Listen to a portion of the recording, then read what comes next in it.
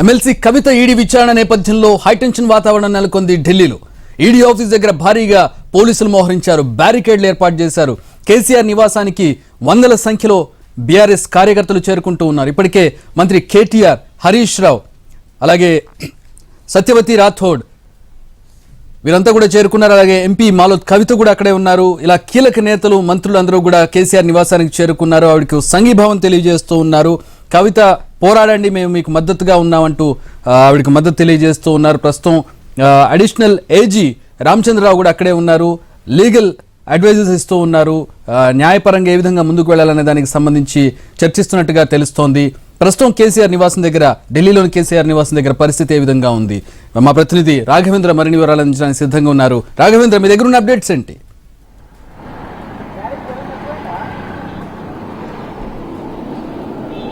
చక్రి 10 గంటల తర్వాత ఈడీ కార్యాలయానికి బీఆర్ఎస్ ఎమ్మెల్సీ కల్వకుంట్ల కవిత బయలుదేరి వెళ్తారు. ప్రస్తుతం కొంతమంది పార్టీకి సంబంధించిన నేతలు, కార్యకర్తలు అంతా కూడా కవిత నివాసంలో ఉన్నారు. మరి కాసేపట్లో కవిత వారందరినీ కూడా కలుస్తారు. లీగల్ టీంకి సంబంధించిన వారు కూడా కొంతమంది లాయర్లు కూడా వచ్చారు. Telangana additional advocate general Ramachandra Rao ప్రస్తుతం కవిత నివాసంలో ఉన్నారు. కవిత ఒక లాయర్తో ఈడీ ఆఫీస్కు వెళ్లాలనుకున్న నిర్ణయానికి వచ్చినట్టుగా తెలుస్తుంది. అయితే ఈడీ ఎంతవరకు ఆ లాయర్ను కవితతో పాటు అలో చేస్తారు లేదన్నది కూడా మనం చూడాల్సింది. మరోవైపు కవిత నివాసం దగ్గరకి పెద్దగా భారీగా ఢిల్లీ పోలీసులు చేరుకున్నారు. ఇక్కడ అంతా కూడా బ్యారికేడింగ్ చేస్తున్నారు. ఉదయం నుంచి కూడా కార్యకర్తలు ఉండడంతో వాళ్ళంతా కూడా ఎటువంటి కార్యక్రమాలు చేయబోతున్నారని ఢిల్లీ పోలీసులు ఆరా తీసే ప్రయత్నంలో ఉన్నారు.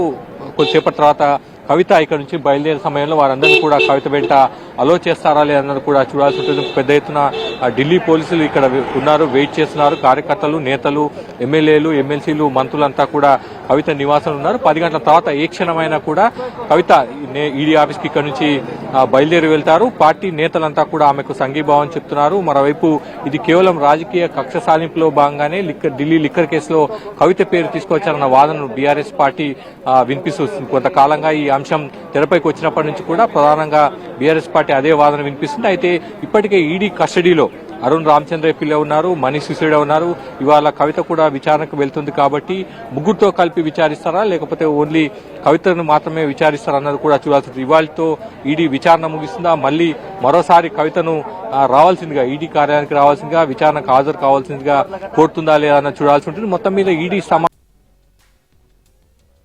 చర్చించుకుంటున్నారు, ఆరా తీసే పరిస్థితి. ఎన్ని గంటలు కవితను విచారించే అవకాశం ఉందా ఎప్పటికప్పుడు చర్చించుకుంటున్నారు, ఆరా తీసే పరిస్థితి. ఎన్ని గంటలు కవితను విచారించే అవకాశం ఉందన్న అంశానికి సంబంధించి కూడా వాళ్ళంతా కూడా చర్చిస్తున్నారు. కవిత లాయర్తో పాటు బయలుదేరే అవకాశం ఉంది. అయితే ఈడీ దర్యాప్తు అధికారి కవితతో పాటు లాయర్ను అలో చేస్తారా లేదన్నది కూడా చూడాల్సి ఉంటుంది. దీనికి సంబంధించి కొంత ఒపీనియన్ తీసుకునే ప్రయత్నంలో బీఆర్ఎస్ లీగల్ సెల్ ఉన్నట్టుగా కూడా మనకు తెలుస్తుంది. చక్రి మొత్తం మీద మాత్రం ప్రస్తుతం మంత్రులు కేటీఆర్, అదేవిధంగా హరీష్ రావు ఢిల్లీలో ఉన్నారు.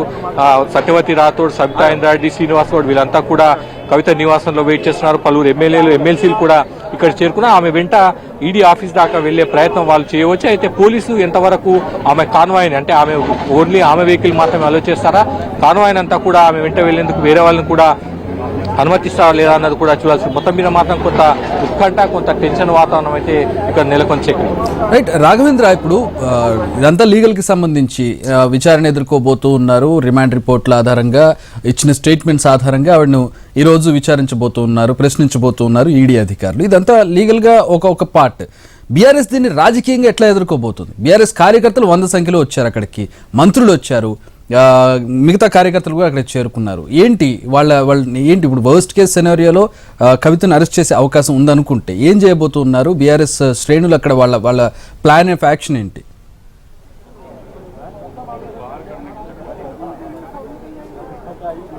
అంటే వాళ్ళు పొలిటికల్ గా ఇది ఒక కాన్స్పిరసీగా వాళ్ళు చెప్తూ వస్తున్నారు. కొంతకాలంగా కేంద్ర ప్రభుత్వ దర్యాప్తు సంస్థలను మోడీ గవర్నమెంట్ దుర్వినియోగం చేస్తుందన్న వాదనను వాళ్ళు కొంతకాలంగా వినిపిస్తున్నారు. దానికి సంబంధించి ప్రధానంగా పలు రాష్ట్రాలు ఉన్న అంశాలను కూడా, కేసులను కూడా వాళ్ళు తెరపైకి తీసుకొచ్చారు. ప్రధానంగా విపక్ష పార్టీలను ఈడీ, సిబిఐ, ఐటీ టార్గెట్ చేసింది, ఇబ్బంది పెడుతుంది, విపక్షాలను నిర్వీర్యం చేసే ప్రయత్నం బీజేపీ చేస్తుందన్న వాదనను వాళ్ళు కొంతకాలంగా వినిపిస్తున్నారు. ఇటీవల ఇదే ఢిల్లీ లిక్కర్ కేసులో మనీష్ సిసోడియాను అరెస్ట్ చేసినప్పుడు కూడా 4 రాష్ట్రాల ముఖ్యమంత్రులు, విపక్ష పార్టీల నేతలు కూడా మోడీకి లేఖ రాశారు. ప్రధానంగా కేంద్ర ప్రభుత్వ దర్యాప్తు సంస్థలను 2014 తర్వాత ఏ విధంగా దుర్వినియోగం చేస్తున్నారన్న అంశాన్ని లేఖలో ప్రధానంగా ప్రస్తావించారు. ఇక ఈ విషయానికి వస్తే లీగల్ గా ఎదుర్కొనేందుకు బీఆర్ఎస్ పార్టీ సిద్ధమవుతుంది. కవితకున్న ఆప్షన్స్ అన్ని కూడా లీగల్ గా ఉన్న ఆప్షన్స్ అన్ని కూడా ఉపయోగించుకునేందుకు సిద్ధమవుతుంది. మరోవైపు పొలిటికల్ గా కూడా ఫైట్ చేసేందుకు బీఆర్ఎస్ పార్టీ సిద్ధమవుతుంది. ఒకవేళ ఈడీ గనక కవిత విషయంలో ఏ నిర్ణయం తీసుకున్నా కూడా దాన్ని పొలిటికల్ గా ఏ విధంగా ఎదుర్కోవాలి, దాన్ని ఏ విధంగా ఎక్స్పోజ్ చేయాలంటే ప్రజాక్షేత్రంలో ఏ విధంగా ఎక్స్పోజ్ చేయాలి, ఇది ఒక పొలిటికల్ కాన్స్పిరసీ ఎలా ఉంది, ఎలా చేశారన్న అంశానికి సంబంధించి కూడా దాన్ని ప్రజల్లోకి విస్తృతంగా తీసుకెళ్లాలన్న ఆలోచనతో ఆ కేసులు తీసుకొచ్చారు. నిందితులతో పదే పదే చెప్పిస్తున్న అంశాన్ని కూడా ఆ పార్టీకి సంబంధించిన నేతలు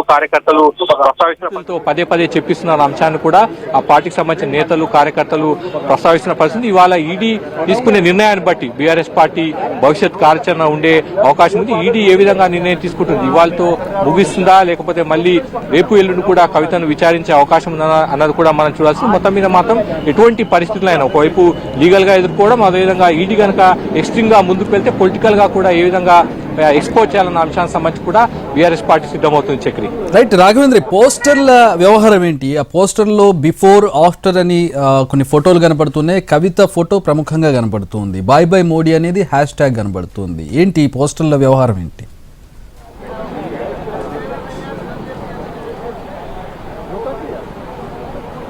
అంటే ప్రధానంగా మోడీ గవర్నమెంట్ టార్గెట్ చేస్తూ కొంతకాలంగా బీఆర్ఎస్ పార్టీ పోస్టర్ క్యాంపెయిన్ చేస్తుంది. బాయ్ బాయ్ మోడీ అంటూ. అంటే ఇప్పటి వరకు 9 ఏళ్లుగా కేంద్ర ప్రభుత్వం అంటే మోడీ గవర్నమెంట్ చేసింది ఏం లేదు, ప్రజలను ఇబ్బంది పెడుతుందన్న అంశాన్ని పదే పదే వాళ్ళు క్యాంపెయిన్ చేస్తున్నారు. దీనికి సంబంధించి సోషల్ మీడియాలో కూడా పెద్ద ఎత్తున క్యాంపెయిన్ చేస్తున్నారు. తాజాగా ఇటువంటి ఇన్సిడెంట్స్ అయినప్పుడు కూడా మోడీ గవర్నమెంట్ తీరును తప్పుపడుతూ బీఆర్ఎస్ పార్టీకి సంబంధించిన శ్రేణులు కానీ నేతలు కార్యకర్తలు సింపథైజర్స్ అంతా కూడా ఈ పోస్టర్ల క్యాంపెయిన్ చేస్తున్నారు.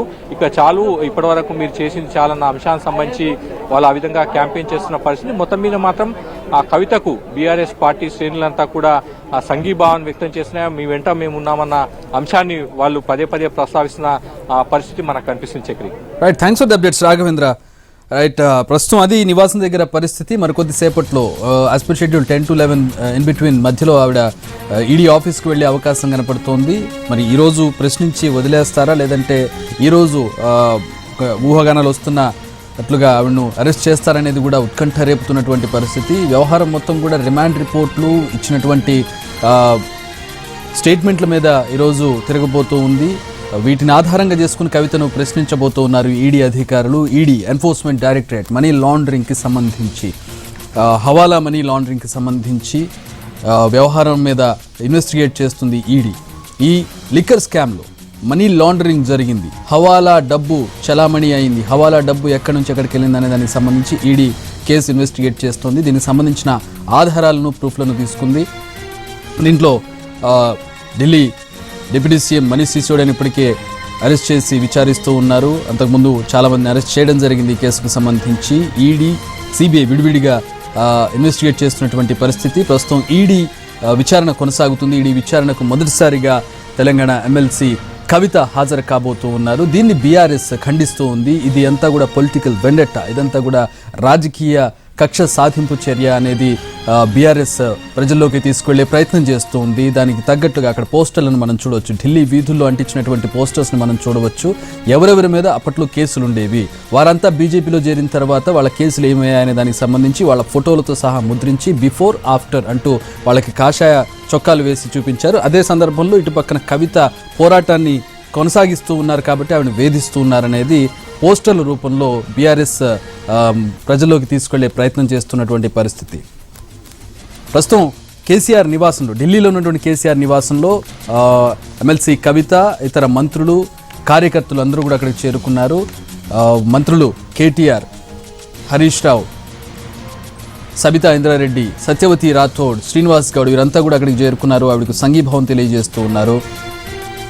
Additional advocate general, Telangana additional advocate general Ramachandra Rao, ఇతర ప్రముఖ అడ్వకేట్స్ అందరూ కూడా ప్రస్తుతం న్యాయ సలహాలు ఇస్తూ ఉన్నారు. న్యాయ పరంగా ఏ విధంగా ముందుకు వెళ్ళాలనే దానికి సంబంధించి అక్కడ చర్చలు జరుగుతూ ఉన్నాయి. మరో పక్కన ఆవిడకి మోరల్ సపోర్ట్ని అందిస్తూ ఉన్నారు కార్యకర్తలు. మీరు పోరాడండి, మీ వెనకాల మేమున్నామంటూ బీఆర్ఎస్ కార్యకర్తలు వందల సంఖ్యలో కేసీఆర్ నివాసానికి చేరుకుని ప్రస్తుతం అక్కడ ఒక రకమైనటువంటి ఉద్విగ్న, ఒక రకమైనటువంటి ఉత్కంఠ వాతావరణం కనబడుతోంది ఢిల్లీలోని కేసీఆర్ నివాసంలో ఈడీ ఆఫీస్ దగ్గర. దీనికి తగ్గట్టుగా అక్కడ పూర్తి స్థాయిలో భద్రతను ఏర్పాటు చేశారు. మనం ప్లాటూన్స్ని చూడొచ్చు అక్కడ. అలాగే మహిళా పోలీసులను కూడా అక్కడ మోహరించినట్టుగా తెలుస్తోంది. ప్రస్తుతం ఎలాంటి అవాంఛనీయ ఘటనలు జరగకుండా ప్రధానంగా ఇది క్యాపిటల్ ఏరియా, అలాగే కేంద్రపాలిత ప్రాంతం, ఎప్పుడు కూడా విఐపీ మూమెంట్ ఉంటూ ఉంటుంది. ఇక్కడ ర్యాలీలు లాంటివి ఏవి కూడా జరగడానికి వీలేదు. 144 సెక్షన్ ఎప్పుడు కొనసాగుతున్నటువంటి ప్రాంతంలో ప్రస్తుతం బీఆర్ఎస్ కార్యకర్తలందరూ కూడా చేరుకోవడంతో ఒక రకమైనటువంటి ఉత్కంఠ వాతావరణం కనబడుతూ ఉంది. ఎందుకంటే ఒక సెంటిమెంట్ తోటి కవిత ముందుకు వెళుతూ ఉన్నారు. తెలంగాణ ఆడబిడ్డగా, తెలంగాణ సాధించడంలో పోరాడినటువంటి మహిళగా, కేసీఆర్ కుమార్తెగా ఆవిడ ఈరోజు కార్యకర్తల ముందున్నారు. కానీ ఈడీ దృష్టిలో ఆవిడ ప్రస్తుతం లిక్కర్ స్కామ్లో ఆరోపణలు ఎదుర్కొంటున్నటువంటి వ్యక్తిగా ఉన్నారు. వివిధ రిమాండ్ రిపోర్ట్స్లో ఆవిడ పేరును పొందుపరిచారు. స్టేట్మెంట్స్లో ఆవిడ పేరు బయటకు వచ్చింది. వీటిని బేస్ చేసుకుని ఈడీ ఈ స్కామ్లో కవితను విచారించబోతూ ఉన్నారు. మరో పక్కన రాజకీయ కుట్రకోణంగా బీఆర్ఎస్ అభివర్ణిస్తూ ఉంది. బీఆర్ఎస్తో పాటు మరికొన్ని పార్టీలు కూడా మద్దతుగా నిలిచాయి. బీజేపీయేతర పార్టీలన్నీ కూడా బీఆర్ఎస్కు మద్దతుగా నిలిచాయి. దీనికి ముందు రోజు చోటు చేసుకున్నటువంటి పరిణామాన్ని కూడా మనం చూడాలి. మహిళలకు రిజర్వేషన్కు సంబంధించి కవిత జంతర్ మంతర్ దగ్గర నిరసన తెలియజేశారు. ఆవిడకి మద్దతుగా బీజేపీయేతర అనేక పార్టీలు, ఆప్ కావచ్చు, అలాగే కమ్యూనిస్టు పార్టీలు కావచ్చు, ఇవన్నీ కూడా మద్దతు తెలిపాయి. ఆ పోరాటం జరిగినటువంటి తదుపరి రోజు ఆవిడ విచారణకు ఎదుర్కోబోతూ ఉన్నారు. ప్రస్తుతం దీంతో ఇది రాజకీయ ప్రాధాన్యత కూడా సంతరించుకుంది. అఫ్కోర్స్ బీఆర్ఎస్ ఇప్పటికే ఈ వ్యవహారాన్ని రాజకీయ కుట్రకోణంగానే ప్రజల్లోకి తీసుకెళ్లే ప్రయత్నం చేస్తూ ఉంది. మోదీ మీద పోరాటం ఆగదు. నిన్న కేసీఆర్ మొదటిసారి ఒక సంచలనటువంటి వ్యాఖ్యలను చెప్పుకోవచ్చు. కవితను వేధిస్తూ ఉన్నారు. ఇంతకుముందు తమ పార్టీ బీఆర్ఎస్ పార్టీ ఎమ్మెల్యేలను, ఎంపీలను, ఎమ్మెల్సీలను వేధించారు. ఈరోజు తన బిడ్డ దగ్గరకు వచ్చారు, కవిత దగ్గరకు వచ్చారు. మహా అయితే ఏం చేస్తారు, అరెస్ట్ చేస్తారేమో అని ఒక కీలకమైనటువంటి, సంచలనమైనటువంటి ఒక స్టేట్మెంట్ ఇచ్చారు కేసీఆర్. చేస్తే చేయనివ్వండి, జరిసేది లేదు, భయపడేది లేదు, మోడీ మీద పోరాటం కొనసాగుతుంది, బీజేపీని తరిమి కొట్టే వరకు తమ పోరాటం ఆగదనేది నిన్న కేసీఆర్ ఇచ్చినటువంటి స్టేట్మెంట్ సారాంశం. ఈ నేపథ్యంలో ఆయన అలాంటి స్టేట్మెంట్ ఇచ్చినటువంటి పరిస్థితుల్లో ఈరోజు ఏం జరగబోతోంది, ఈడీ ట్రాక్ రికార్డు కూడా మనం చూడొచ్చు. ఈడీ ఎప్పుడైతే తమ విచారణకు సరిగ్గా స్పందించడం లేదో, విచారణకు సహకరించడం లేదో, ఈ కారణం చెబుతూ ఈడీ విచారణ చేస్తూ సాయంత్రానికో లేదంటే మధ్యాహ్నానికో రాత్రికో అరెస్ట్ చేసినటువంటి సందర్భాలు అనేకం ఈడీ విచారణలో మనం చూస్తాం. చాలామంది ప్రముఖులు ఈ విధంగా అరెస్టుకు గురైనటువంటి పరిస్థితి, విచారణలో సరిగ్గా స్పందించడం లేదనే కారణం చెప్పి ప్రధానంగా ఈడీ అరెస్ట్ పర్వం కొనసాగుతూ ఉంటుంది. మరి ఈ రోజు ఈ స్టేట్మెంట్స్ను, ఈ రిమాండ్ రిపోర్ట్స్ను ముందు పెట్టి ఎట్లాంటి ప్రశ్నలు వేస్తారు, అలాగే ఎవరైతే ఈ స్టేట్మెంట్స్ ఇచ్చారో అరుణ్ రామచంద్ర పిల్లయ్య కావచ్చు, సిసోడియా కావచ్చు, వీరందరికీ సంబంధించి ఎట్లాంటి విచారణ సాగుతుంది ఈరోజు, వారిని కూడా కలిపి ప్రశ్నిస్తారా, ముగ్గురిని ఒక దగ్గర కూర్చోబెట్టి ప్రశ్నిస్తారా, విడిగా ప్రశ్నిస్తారా అనేది కూడా చూడాల్సినటువంటి పరిస్థితి కనపడుతుంది. విచారణ అనంతరం ఎట్లాంటి పరిణామాలు చోటు చేసుకుంటాయి, ఆవిడను ఈరోజు విచారించి వదిలేస్తారనేది కూడా ఉత్కంఠ రేపుతూ ఉంది.